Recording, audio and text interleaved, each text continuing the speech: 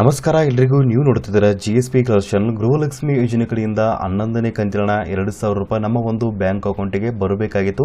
ಆದರೆ ಇನ್ನೂವರೆಗೂ ನಮಗೆ 2,000 ರೂಪಾಯಿನ ಬರ್ತಾ ಇಲ್ಲ. ಜೂನ್ ತಿಂಗಳಲ್ಲೇ 2,000 ರೂಪಾಯಿ ಅದು 11ನೇ ಕಂತಿನಲ್ಲಿ ಜಮಾ ಆಗಬೇಕಾಗಿತ್ತು. ಆದರೆ ಇನ್ನೂವರೆಗೂ ನಮಗೆ 2,000 ರೂಪಾಯಿನ ಬಂದಿಲ್ಲ ಅಂತ ಇಲ್ಲಿ ತುಂಬಾ ಜನ ಮಹಿಳೆಯರು ವೇಟ್ ಕೂಡ ಮಾಡ್ತಾ ಇರಬಹುದು, ಜೊತೆಗೆ ಕಾಯ್ತಾನೂ ಇರಬಹುದು. ಇವಾಗ ಸರ್ಕಾರದ ಕಡೆಯಿಂದ ಅಥವಾ ಇಲಾಖೆ ಕಡೆಯಿಂದ ಒಂದು ಬಿಗ್ ಶಾಕ್ ನ ಕೊಟ್ಟಿದ್ದಾರೆ. ಸೊ ಏನಪ್ಪಾ ಬಿಗ್ ಶಾಕಿಂಗ್ ಅಂತ ಹೇಳಿದ್ರೆ, ಇಲ್ಲಿ 1,78,000 ಗೃಹಲಕ್ಷ್ಮಿ ಯೋಜನೆಯ ಅರ್ಜಿಗಳನ್ನ ತಿರಸ್ಕಾರ ಮಾಡ್ತಾ ಇದ್ದಾರೆ. ಅಂದ್ರೆ 1,78,000 ಮಹಿಳೆಯರಿಗೆ ಗೃಹಲಕ್ಷ್ಮಿ ಯೋಜನೆ ಕಡೆಯಿಂದ 2,000 ರೂಪಾಯಿ ಹಣವನ್ನ ಪಡೆಯಕ್ಕೆ ಆಗಲ್ಲ ಅದು ಇನ್ನು ಮುಂದೆ. ಸೊ ಯಾಕೆ ಈ ಒಂದು ಗೃಹಲಕ್ಷ್ಮಿ ಯೋಜನೆಯ ಅರ್ಜಿಗಳನ್ನ ಇಲ್ಲಿ ತಿರಸ್ಕಾರ ಮಾಡ್ತಾ ಇದ್ದಾರೆ ಅಂದ್ರೆ 1,78,000 ಅರ್ಜಿಗಳನ್ನ ಇಲ್ಲಿ ರದ್ದತೆನ ಯಾಕೆ ಮಾಡ್ತಾ ಇದ್ದಾರೆ ಅಂತ ಇವತ್ತಿನ ವಿಡಿಯೋದಲ್ಲಿ ಮಾಹಿತಿನ ತಿಳಿದುಕೊಳ್ಳಬಹುದು. ಜೊತೆಗೆ ಈ ಒಂದು ಪತ್ರ ಸಲ್ಲಿಸಿದರೆ ಮಾತ್ರ ನಿಮಗೆ ಗೃಹಲಕ್ಷ್ಮಿ ಯೋಜನೆ ಕಡೆಯಿಂದ ಇನ್ನು ಮುಂದೆ 2,000 ರೂಪಾಯಿ ಹಣವನ್ನ ಪಡೆದುಕೊಳ್ಳಬಹುದು ಅಂತ ಇಲ್ಲಿ ಒಂದು ಆದೇಶವನ್ನ ಕೂಡ ಕೊಟ್ಟಿದ್ದಾರೆ. ಸೊ ಇದ್ರ ಬಗ್ಗೆ ನಾನು ಇವತ್ತಿನ ವಿಡಿಯೋದಲ್ಲಿ ನಿಮಗೆ ಮಾಹಿತಿನ ತಿಳಿಸಿಕೊಡ್ತಾ ಇದ್ದೀನಿ. ಸೊ ಅದಕ್ಕಿಂತ ಮುಂಚೆ ತಮ್ಮಲ್ಲಿ ಒಂದು ಸಣ್ಣ ರಿಕ್ವೆಸ್ಟ್, ತಾವು ಇನ್ನೂವರೆಗೂ ನಮ್ಮ ಒಂದು ಚಾನಲ್ನ ಸಬ್ಸ್ಕ್ರೈಬ್ ಮಾಡಿಲ್ಲ ಅಂತಂದ್ರೆ GSP ಕಲೆಕ್ಷನ್ ಅನ್ನು ಸಬ್ಸ್ಕ್ರೈಬ್ ಮಾಡಿ, ಹಾಗೂ ಈ ಒಂದು ವಿಡಿಯೋಕ್ಕೆ ಪ್ರತಿಯೊಬ್ಬರು ಕೂಡ ಒಂದು ಲೈಕ್ನ ಮಾಡಿ.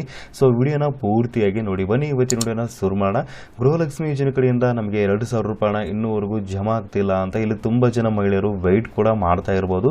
ಇವಾಗ ಸರ್ಕಾರದಿಂದ ಒಂದು ಶಾಕಿಂಗ್ ನ್ಯೂಸ್ನ ಕೊಟ್ಟಿದ್ದಾರೆ. 1,78,000 ಅರ್ಜಿಗಳನ್ನ ನಾವು ತಿರಸ್ಕಾರ ಮಾಡ್ತೀವಿ. ಅಂದ್ರೆ ಗೃಹಲಕ್ಷ್ಮಿ ಯೋಜನೆಗೆ ಎಲ್ಲರೂ ಅರ್ಜಿನ ಸಲ್ಲಿಸಿದ್ರಿ, ಅದು ಮಹಿಳೆಯರು.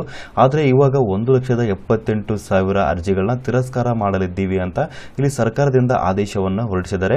ಗೃಹಲಕ್ಷ್ಮಿ ಯೋಜನೆಯ 1,78,000 ಅರ್ಜಿಗಳನ್ನ ಇಲ್ಲಿ ಯಾಕೆ ತಿರಸ್ಕಾರ ಮಾಡ್ತಾ ಇದ್ದಾರೆ ಅಂತ ನೀವು ಏನಾದರೂ ಕೇಳಿದ್ರೆ, ಇಲ್ಲಿ ಗೃಹಲಕ್ಷ್ಮಿ ಯೋಜನೆಗೆ ಎಲ್ಲ ಮಹಿಳೆಯರು ಅರ್ಜಿನ ಕೂಡ ಸಲ್ಲಿಸಲಾಗಿತ್ತು. ಸೊ ಗೃಹಲಕ್ಷ್ಮಿ ಯೋಜನೆ ಕಡೆಯಿಂದ 2,000 ರೂಪಾಯಿ ಹಣವನ್ನ ಕೂಡ ಪಡಿತಾ ಇದ್ರಿ, ಅದು 10ನೇ ಕಂತಿನವರೆಗೂ. ಸೊ 10ನೇ ಕಂತಿನ ಆದ ನಂತರ ಗೃಹಲಕ್ಷ್ಮಿ ಯೋಜನೆಗೆ ಅರ್ಜಿ ಸಲ್ಲಿಸಿದಂತ ಎಲ್ಲ ಮಹಿಳೆಯರ ಅರ್ಜಿಗಳನ್ನ ರೀವೆರಿಫಿಕೇಶನ್ ಮಾಡಲಾಗಿತ್ತು.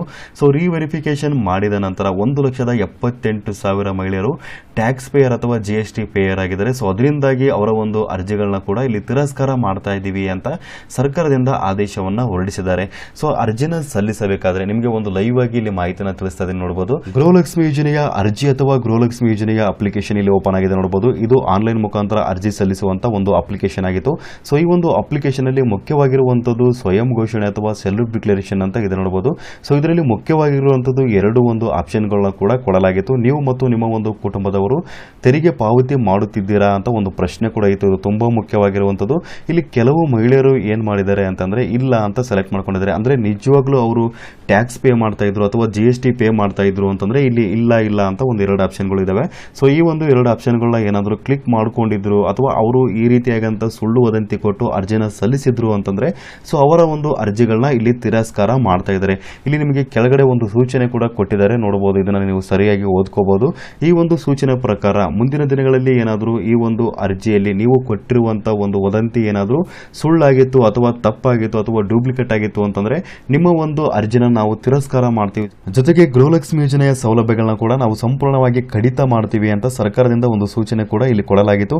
ಸೊ ಈ ಒಂದು ಸೂಚನೆಯ ಪ್ರಕಾರ ಮಹಿಳೆಯರು ಏನಾದರೂ ನಿಜವಾಗ್ಲೂ ತೆರಿಗೆ ಪಾವತಿ ಮಾಡ್ತಾ ಇದ್ರು ಅಥವಾ GST ಪೇನ ಮಾಡ್ತಾ ಇದ್ರು, ಸೊ ಅರ್ಜಿ ಸಲ್ಲಿಸುವಾಗ ಇಲ್ಲ ಅಂತ ಏನಾದರೂ ಕೊಟ್ಟಿದ್ರು ಅಂತಂದ್ರೆ ಅವರ ಒಂದು ಅರ್ಜಿ ಕೂಡ ಇಲ್ಲಿ ಸಂಪೂರ್ಣವಾಗಿ ಕ್ಯಾನ್ಸಲ್ ಮಾಡ್ತೀವಿ ಅಂತ ಸರ್ಕಾರದ ಕಡೆಯಿಂದ ಒಂದು ಮಾಹಿತಿನ ತಿಳಿಸಲಾಗಿತ್ತು. ಸೊ ಮಹಿಳೆಯರು ಏನಾದರೂ ಇಲ್ಲಿ ಟ್ಯಾಕ್ಸ್ ಪೇ ಮಾಡ್ತಾ ಇರಲಿಲ್ಲ ಅಥವಾ GST ಪೇನ ಮಾಡ್ತಾ ಇರಲಿಲ್ಲ, ಸೊ ಅಂತ ಒಂದು ಮಹಿಳೆಯರ ಅರ್ಜಿ ಏನಾದರೂ ತಿರಸ್ಕಾರವಾಗಿತ್ತು ಅಂತಂದ್ರೆ ಏನ್ ಮಾಡಬೇಕು ಅಂತಂದ್ರೆ, ವಿಡಿಯೋ ಸ್ಟಾರ್ಟಿಂಗ್ ಅಲ್ಲಿ ನಾನು ಪತ್ರವನ್ನ ಸರ್ಕಾರಕ್ಕೆ ಕೊಡಬೇಕು ಅಂತ ಹೇಳಿದೆ. ಸೊ ಯಾವ ಪತ್ರ ಅಂತ ಹೇಳಿದ್ರೆ, ನೀವು GST ಟ್ಯಾಕ್ಸ್ ಪೇ ಮಾಡ್ತಾ ಇರಲ್ಲ, ಜೊತೆಗೆ ಇಲ್ಲಿ ತೆರಿಗೆ ಪಾವತಿನ ಕೂಡ ಮಾಡ್ತಾ ಇರಲ್ಲ, ಸೊ ನಿಮ್ಮ ಒಂದು ಅರ್ಜಿ ಏನಾದರೂ ತಿರಸ್ಕಾರವಾಗಿತ್ತು ಅಂತಂದ್ರೆ ನೀವು ಸ್ವಯಂ ಘೋಷಣೆ ಪ್ರಮಾಣ ಪತ್ರವನ್ನ ಕೊಡಬೇಕಾಗಿರುತ್ತೆ. ಸೆಲ್ಫ್ ಡಿಕ್ಲರೇಷನ್ ಪ್ರಮಾಣ ಪತ್ರ ಆಗಿರುತ್ತೆ. ಸೊ ಇದು ಎಲ್ಲರೂ ಕೊಡಬೇಕಾ ಅಂತ ಕೇಳಿದ್ರೆ, ಸೊ ಇದು ಎಲ್ಲರೂ ಕೊಡುವಂತ ಅವಶ್ಯಕತೆ ಇಲ್ಲ. ಯಾರಿಗೆಲ್ಲ ಒಂದು ಅರ್ಜಿ ತಿರಸ್ಕಾರ ಆಗಿದೆ ಅವರ ಒಂದು ಅರ್ಜಿ ಇಲ್ಲಿ ತಿರಸ್ಕಾರದಂತವರು ಮಾತ್ರ ಈ ಒಂದು ಪತ್ರವನ್ನ ಕೊಡಬೇಕಾಗಿರುತ್ತೆ. ನೀವು ಏನಾದರೂ ಟ್ಯಾಕ್ಸ್ ಪೇ ಮಾಡ್ತಿರಲಿಲ್ಲ, GST ಪೇ ಮಾಡ್ತಿರ್ಲಿಲ್ಲ ಅಂತಂದವರು ಮಾತ್ರ ಸೊ ಈ ಒಂದು ಫಾರಂ ಅಥವಾ ಪತ್ರವನ್ನ ಕೊಡಬೇಕಾಗಿರುತ್ತೆ. ನೀವು ಎಲ್ಲಿ ಹೋಗಿ ಈ ಒಂದು ಪತ್ರವನ್ನ ಕೊಡಬೇಕು ಅಂತ ಹೇಳಿದ್ರೆ, ನಿಮ್ಮ ಹತ್ತಿರದ ಮಹಿಳಾ ಮತ್ತು ಮಕ್ಕಳ ಇಲಾಖೆಗೆ ಭೇಟಿ ನೀಡಿ ನೀವು ಅಲ್ಲಿ ಈ ಒಂದು ಪತ್ರವನ್ನ ಕೊಡಬೇಕಾಗಿರುತ್ತೆ. ಸೆಲ್ಫ್ ಡಿಕ್ಲರೇಷನ್ ಅಥವಾ ಸ್ವಯಂ ಘೋಷಣೆ ಪ್ರಮಾಣ ಪತ್ರವನ್ನ ಕೊಟ್ಟು ನೀವು ಮತ್ತೆ ಅರ್ಜಿನ ಸಲ್ಲಿಸಬೇಕಾಗಿರುತ್ತೆ. ಸೊ ನೀವು ಅರ್ಜಿ ಸಲ್ಲಿಸಿದರೆ ಮುಂದಿನ ದಿನಗಳೆಂದರೆ ನೀವು ಗೃಹಲಕ್ಷ್ಮಿ ಯೋಜನೆ 2,000 ರೂಪಾಯಿ ಹಣವನ್ನ ಪಡಿಬಹುದಾಗಿರುತ್ತೆ. ಸೊ ಈ ಒಂದು ಮಾಹಿತಿ ಎಲ್ಲರಿಗೂ ತಿಳಿದಿರಲಿ ಅಂತ ನಾನು ಇವತ್ತು ನೋಡೋದ್ರ ಮೂಲಕ ನಿಮಗೆ ಮಾಹಿತಿನ ತಿಳಿಸಿಕೊಡ್ತೀನಿ. ಸೊ ಈ ಒಂದು ಮಾಹಿತಿ ನಿಮಗೆ ಇಷ್ಟವಾಗಿತ್ತು ಅಂತಂದ್ರೆ ತಪ್ಪದೇ ಮಾಹಿತಿಗೊಂದು ಲೈಕ್ ಮಾಡಿ, ಹಾಗೂ ಎಲ್ಲರಿಗೂ ಈ ವಿಡಿಯೋನ ಶೇರ್ ಮಾಡಿ, ಸಬ್ಸ್ಕ್ರೈಬ್ ಮಾಡೋದು ಮಾತ್ರ ಮರಿಬೇಡಿ. ವಿಡಿಯೋ ನೋಡೋದಕ್ಕಾಗಿ ನಿಮಗೆ ತುಂಬಾ ಧನ್ಯವಾದಗಳು.